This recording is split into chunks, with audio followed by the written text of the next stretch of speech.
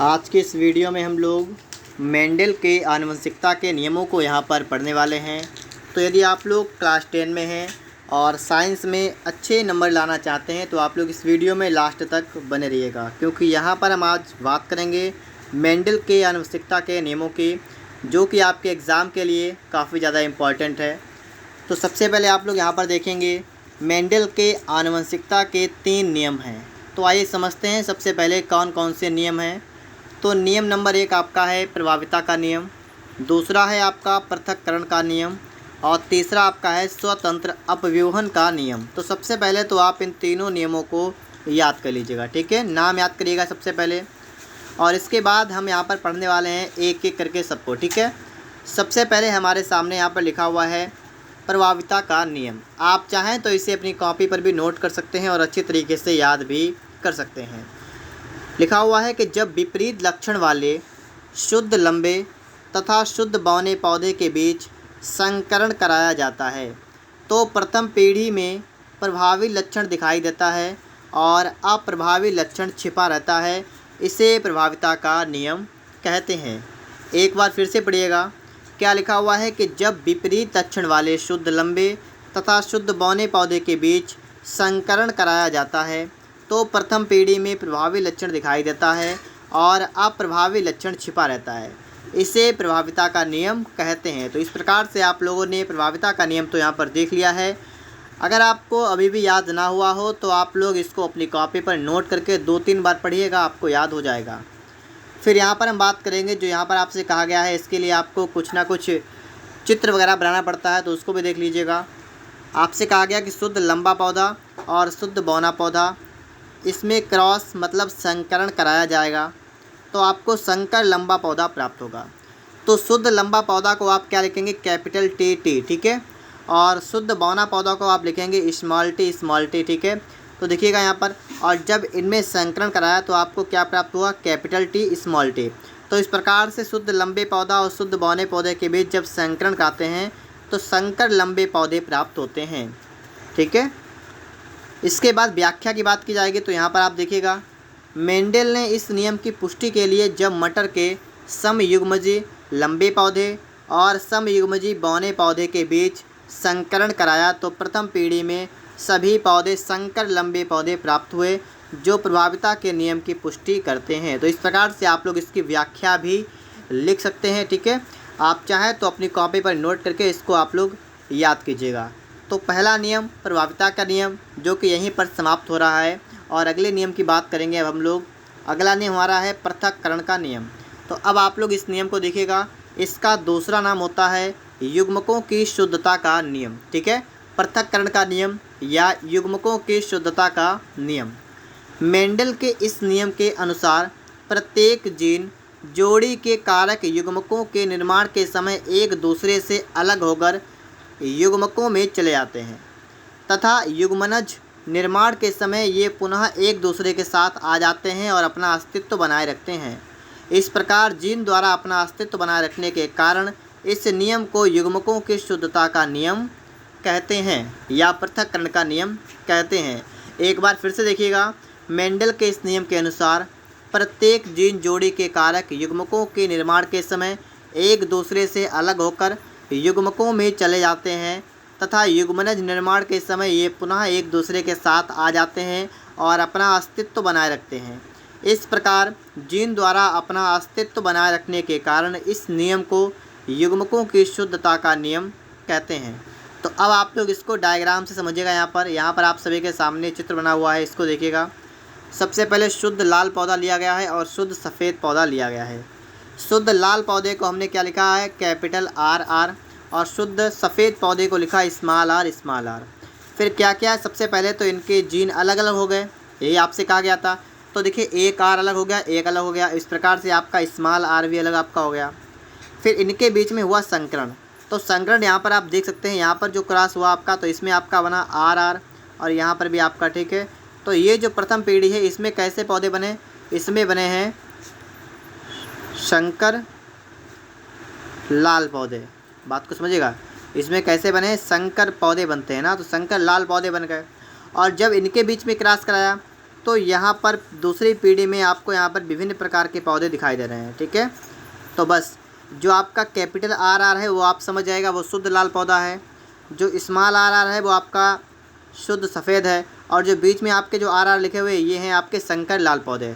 तो इन्हीं के बारे में आपको आगे बताया गया है। देखिएगा, इसकी व्याख्या को पढ़ेंगे हम लोग। व्याख्या में यहाँ पर इन्होंने लिखा है, इस प्रकार से कह लेते हैं कि व्याख्या, जब शुद्ध लाल और शुद्ध सफ़ेद पौधे के बीच संकरण कराया जाता है तो प्रथम पीढ़ी में संकर लाल पौधे प्राप्त होते हैं। जब स्वनिषेचन की क्रिया होती है तो द्वितीय पीढ़ी में युग्मकों का पृथक्करण हो जाता है और दूसरी पीढ़ी में भिन्न लक्षण वाले पौधे प्राप्त हो जाते हैं। तो आप यहाँ पर समझ सकते हैं। ठीक है, अब इसके बाद में यहाँ पर आपको बताया गया है कि फिनोटाइप के अनुसार लाल और सफ़ेद पौधों का अनुपात 3:1 होता है। फिनोटाइप के अनुसार लाल और सफ़ेद पौधे का अनुपात, और जीनोटाइप के अनुसार एक शुद्ध लाल पौधा, 2 संकर लाल पौधे और एक शुद्ध सफ़ेद पौधा प्राप्त होता है, जिसका अनुपात 1:2:1 होता है। ठीक है, तो देखिए फिनोटाइप जीनोटाइप यहाँ पर क्या है।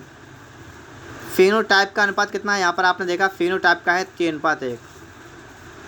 ये देखिए यहाँ पर और ये यहाँ पर। ठीक है, अगर हम इसमें फिनोटाइप की बात करें, फिनोटाइप, तो फिनोटाइप में आपको देखना है सिर्फ लाल और सिर्फ सफ़ेद। तो यहाँ पर अगर आप देखेंगे तो जिसमें स्टार्टिंग में आपका कैपिटल आर होगा वो आपका लाल होगा, स्मॉल आर वाला आपका होगा सफ़ेद। तो इस प्रकार से इनका तो अनुपात आपका हो गया 3:1। ठीक है, फिनोटाइप का। अगर हम जीनोटाइप की बात करें तो जीनोटाइप में हमें हर पौधा अलग अलग रखना पड़ता है। जैसे ये वाला आपका शुद्ध लाल है तो 1 है, फिर ये 2 बीच में जो आपके 2 हैं संकर लाल हैं, लास्ट वाला आपका शुद्ध सफ़ेद है। तो इस प्रकार से जीनोटाइप का होगा 1:2:1 और फिनोटाइप का होगा 3:1। तो ये भी आपका समाप्त हो गया। इसके बाद आपके लिए यहाँ पर बचा हुआ है लास्ट, इसको भी आप लोग देख लीजिएगा, स्वतंत्र अपव्यूहन का नियम। लिखा हुआ है कि 2 या 2 से अधिक विपरीत लक्षण वाले जीनों के जोड़े के जीन एक दूसरे से स्वतंत्र होकर युग्मक में आ जाते हैं और निषेचन के समय युग्मक आपस में अनियमित ढंग से संयोजित होकर नए नए संयोग बनाते हैं। एक बार फिर से पढ़िएगा, स्वतंत्र अपव्यूहन का नियम यहाँ पर क्या कह रहा है कि 2 या 2 से अधिक विपरीत लक्षण वाले जीनों के जोड़े के जीन एक दूसरे से स्वतंत्र होकर युग्मक में आ जाते हैं और निषेचन के समय युग्मक आपस में अनियमित ढंग से संयोजित होकर नए नए संयोग बनाते हैं। अब आप लोग यहाँ पर देखिएगा, सबसे पहले तो आप यहाँ पर देखिएगा गोल पीला बीज और झुर्रीदार हरा बीज, ये किस प्रकार से आपको यहाँ पर दर्शाया गया है, इसको भी देख लीजिएगा। Capital R R Y Y और यहाँ पर small R R Y Y. ठीक है, तो गोल पीला बीज जो होगा आपका कैपिटल आर कैपिटल वाई रहेगा, झुर्रीदार हरा बीज होगा उसमें स्मॉल आर स्मॉल वाई आपको यहाँ पर दे रखा है। सबसे पहले तो आपको आर वाई एक तरफ करना है, कैपिटल वाला भी स्मॉल वाला भी।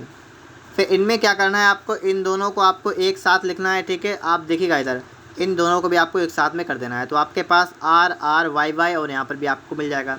अब इनके बीच में भी आपका संकरण होगा, उसको आप लोग यहाँ पर देखिएगा। जो इन दोनों के बीच में संकरण हो रहा है वो कैसा हो रहा है वो आप यहाँ पर देखिएगा।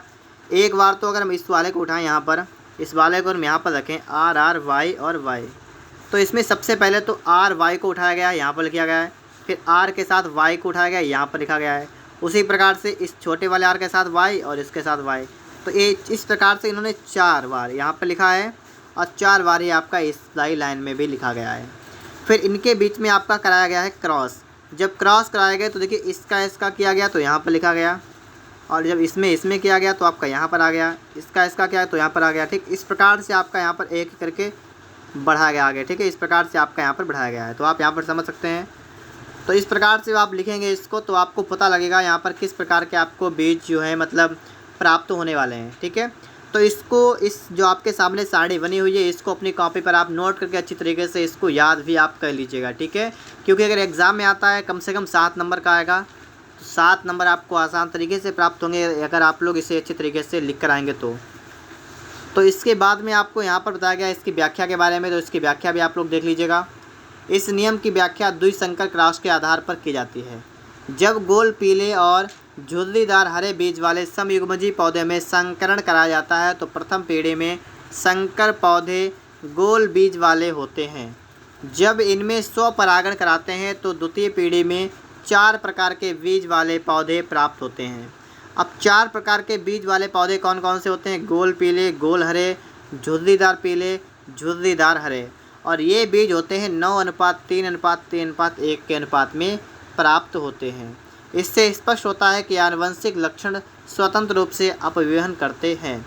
तो इस प्रकार से हमारे यहाँ पर जो 3 नियम थे मेंडल के प्रभाविता मतलब मेंडल के आनुवंशिकता के 3 नियम थे वो यहाँ पर कंप्लीट हो चुके हैं। तो यदि आप सभी को वीडियो पसंद आया हो तो आप लोग वीडियो को लाइक और चैनल को सब्सक्राइब ज़रूर करिएगा।